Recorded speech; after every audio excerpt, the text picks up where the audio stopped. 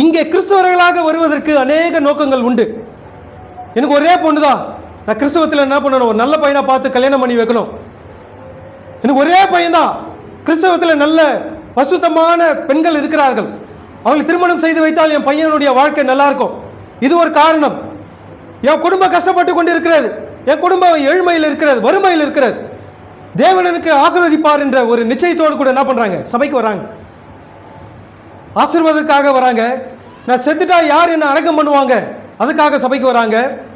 என் பிள்ளைகளுக்கு கல்யாணம் பண்ணி வைக்கணும், அதுக்காக வராங்க. சில பேர் வராங்க நித்திய ஜீவனை பெற்றுக்கொள்ள வேண்டும் என்று. அல்லேலூயா. இந்த நித்திய ஜீவனை பெற்றுக்கொள்ள வேண்டும் என்று வருகிறவர்கள் ஒரு சில பேர் தான். இந்த கடைசி காலத்தில் நான் நித்திய ஜீவனை பெற்றுக்கொள்ள வேண்டும், நான் வாழ்ந்தாலும் மரித்தாலும் என்னுடைய வாழ்க்கையின் ஜீவியம் அது இயேசு கிறிஸ்துவுக்காக. இதன் அடிப்படையில் வருகிற விசுவாசிகள் சொற்ப ஜனங்கள், அநேகமாயிரம் பேர் கிடையாது. இன்னைக்கு 1000 பேர் 10,000 பேர் என்ன பண்றாங்க, சபைக்கு போறாங்க. ஆனால் அவங்க போகிற ஒரு அடிப்படை காரணமே வேற. நான் ஆசீர்வாதமாக இருக்க வேண்டும், என் குடும்பம் ஆசீர்வாதமாக இருக்க வேண்டும், என் பிள்ளைகளுடைய எதிர்காலம் நன்றாக இருக்க வேண்டும், என் குடும்பம் வறுமையில் இருக்கிறது, நாங்கள் ஆசீர்வாதமாக இருக்க வேண்டும், என் வாழ்க்கை செழிப்பாக இருக்க வேண்டும் என்ற ஒரு நோக்கத்திற்காக போறாங்க. திருமணம் பண்ணி வைக்கணும், அந்த நோக்கத்துக்காக போறாங்க. ஆனால் நித்திய ஜீவனை பெற்றுக்கொள்ள வேண்டும் என்ற ஒரு நோக்கத்துக்காக சொற்ப ஜனங்கள் மாத்திரமே சபைக்கு வருகிறார்கள். அந்த சொற்ப ஜனங்கள் வேறு யாரும் இல்லை, நம்ம தான். அல்லேலூயா. கர்த்தர் நல்ல தேவனா இருக்கிறார் பாருங்க. அப்ப தெரிந்து கொள்ளுதல் என்றது ஒரு மனிதனுடைய கருத்தில் இல்லை, அது தேவனுடைய கருத்தில் இருக்கிறது. ஒவ்வொருத்தரும் ஒவ்வொரு விருப்பத்தின்படி சபைக்கு வராங்க.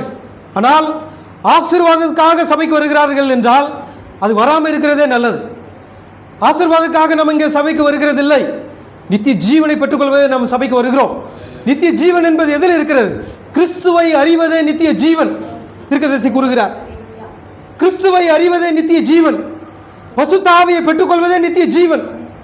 இந்த பசுத்த ஆவியை பெற்றுக்கொள்வதற்காக தான் நம்ம சபைக்கு வருகிறோம், நித்திய ஜீவனை பெற்றுக்கொள்வதற்காக தான் சபைக்கு வருகிறோம், ஆசீர்வாதத்துக்காக அல்ல.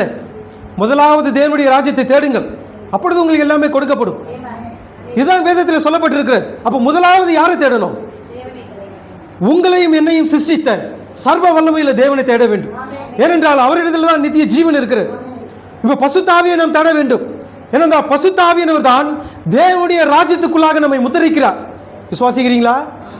பசுத்த ஆவியானவர் தான் தேவனுடைய ராஜ்யத்துக்குள்ளாக நம்மை முத்தரிக்கிறார். அப்ப நம்ம யாரை தேட வேண்டும்? பசுத்த ஆவியை தேட வேண்டும்.